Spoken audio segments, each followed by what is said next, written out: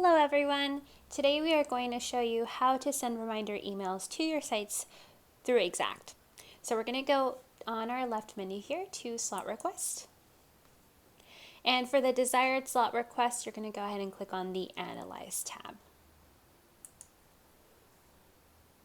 And once we are in the Analyze section of the desired slot request, we're going to go ahead and head on over to this section here down in the reports, and we're going to click on the report titled Sites Who Have Not Responded to Slot Request.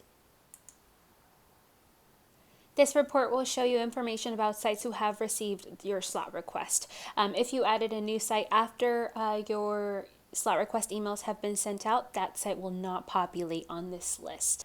The report has two tabs. The first tab being sites not responded to the slot request list. So this list will show you all of those sites who have received your email on a specific date, and it will tell you the last date they clicked on the link and went to, look at that slot request landing page to offer slots. The second tab will be the send messages to sites not responded to slot requests. So once you've looked at that data, if you're ready to go ahead and email your site, you'll go ahead and click on that second tab. And here you will see, again, the person who will receive your email, the last time you emailed them, and the last time they clicked on that link. You can click on these red bubbles here to view which sites they are associated with as well. You can always use the advanced search to go ahead and filter through that list, export your data if needed, and if you'd like to email them from your own personal email, you can use that copy email addresses button there. And before you start to send out your emails, you might want to filter your list. So let's just say that you have one staff member associated with 5 different sites. You may not want to reach out to them yet. Maybe you want to reach out to your sites who have not responded for any of the sites they're associated with. You can go ahead and filter that first. So here you do have that filter, not responded for any associated sites and not responded for at least one associated site. So that way, when you're, crafting your email, you might want to, maybe remind them and say, we haven't heard from you. And for those that have responded to at least one, maybe you'd say something like, we already received some of your slot offers, but we're just wondering about the other locations as well.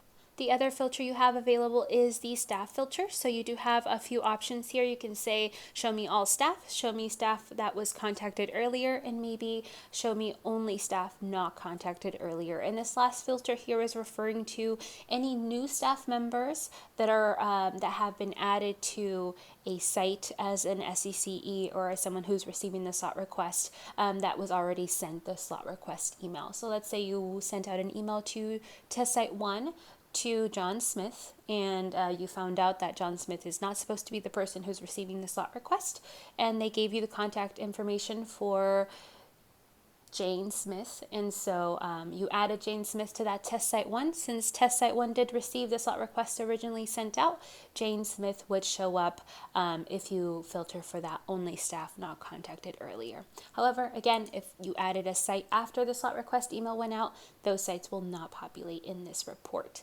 You'll go ahead and select the users you'd like to email, and you'll click on Schedule Request when you're ready.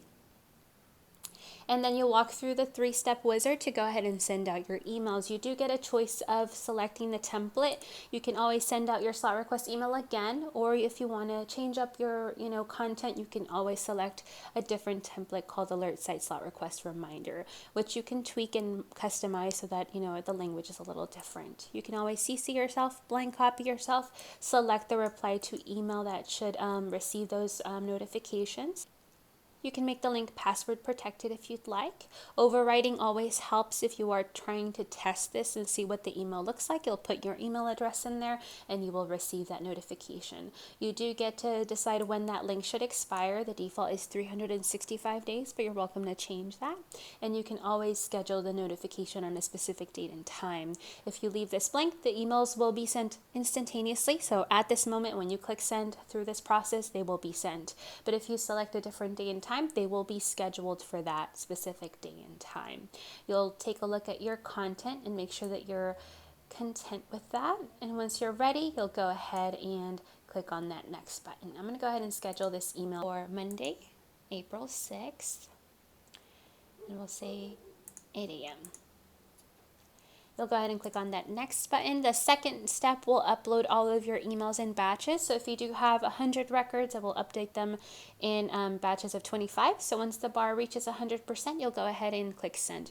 You can always view a sample email. It will populate the hashtags for you so you can kind of see a more realistic look of what your email will look like.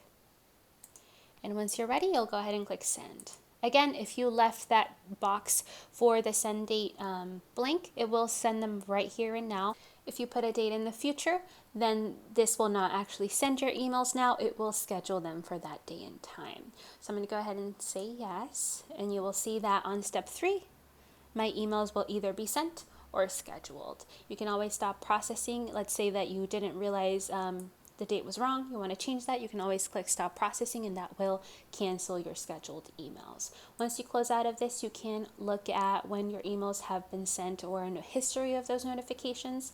If you click on notification history here, you'll be taken to those records. So you can see that I scheduled an email to go out for April 6th and it's scheduled currently. If I need to cancel that, I'll click on that view icon and again click on stop processing.